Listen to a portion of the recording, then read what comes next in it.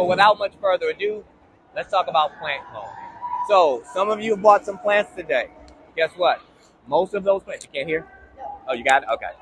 Most of those plants can be cloned.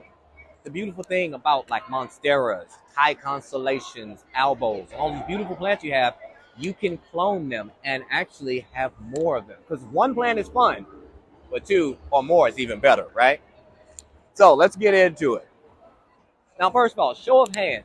Who has actually heard of plant propagation? All right, we all know about some plant propagation. I love it. Well, then you know that there's two ways of propagating. You can propagate through sexual propagation and asexual propagation. Sexual propagation is going to be essentially taking a seed and through the fertilization process, growing and germinating that seed to create a genetic variant of the original plant. So you have the mother plant and she creates an offspring, right?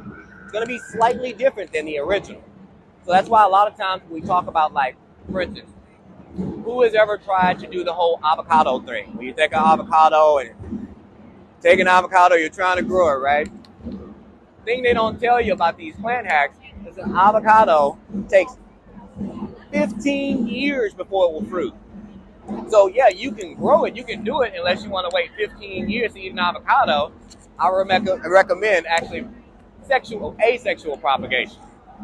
So asexual propagation is going to be the plant cutting or grafting. That's what we're talking about.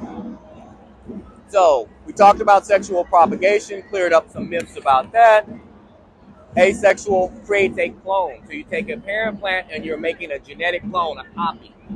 And now I know we're talking about our ornamental plants, but it can also work with our garden as well. So, for instance, let's say you have a tomato variety that you really like for instance, like a Black Beauty or a Pink Girl hybrid, and you want more of that plant. Well, yeah, you can grow them from seed, but each one is going to be slightly different. But if you actually prune off at different nodes of the plant, you can make more of that variety, so you can be guaranteed to get that same fruit every single time. That's the same way that any orchard or any tree farm, that's the way they're going to propagate their plants, so that they make sure that they get that same Macintosh apple every single time.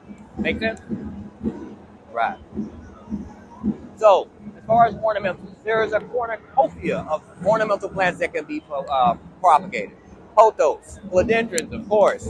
Snake plants are actually really easy. Spider plants, monstera, English ivies, and even begonias.